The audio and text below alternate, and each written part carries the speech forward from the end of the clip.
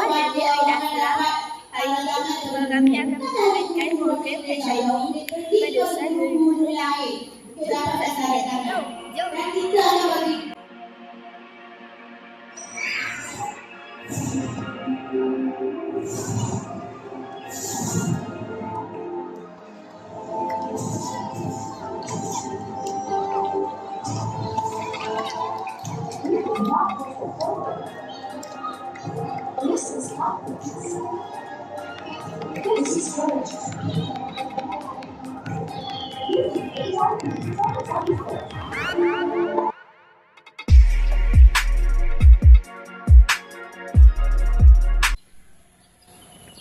Assalamualaikum, kami daripada Negeri Satu BSS.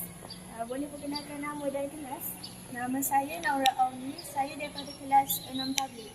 Aktiviti HIV apa yang awak pernah sertai? Aktiviti HIV yang saya pernah sertai ialah public speaking dan storytelling. Adakah aktiviti HIV membantu awak bertutur dalam bahasa Inggeris? Ya, aktiviti HIV membantu saya bertutur dalam bahasa Inggeris tanpa rasa takut. Terima kasih. Sama-sama. Assalamualaikum, kami dari Negeri Satu BSS. Boleh kenalkan nama dan kelas? Assalamualaikum, nama saya Ahmad Arhamzi daripada kelas 6 tablik.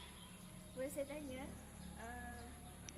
apa maksud HIP? HIP bermaksud Highly Inclusive Program untuk meningkatkan penguasaan bahasa Inggeris. Okey, apa perasaan awak tentang program HIP? Rasa saya teruja dan seronok kerana dapat belajar bahasa Inggeris dengan lebih senang. Terima kasih.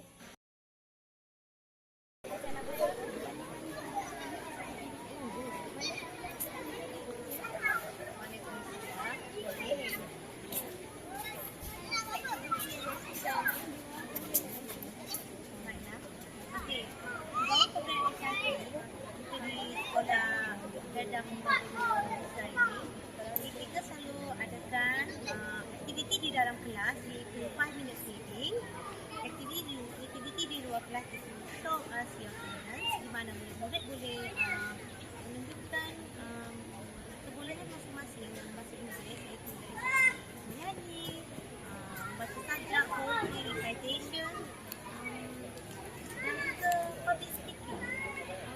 Dan juga aktiviti lain itu yang outreach.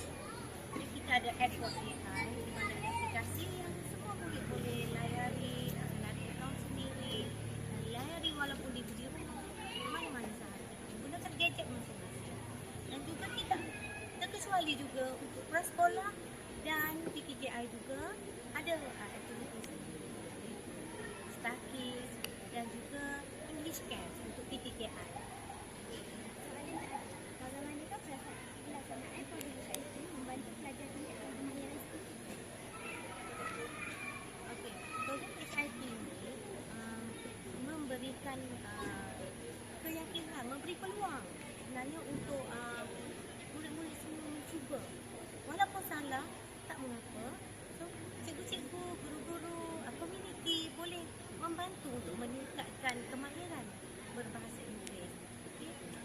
Jangan risau untuk gagal kerana selepas kita gagal, kita akan lebih maju belajar melalui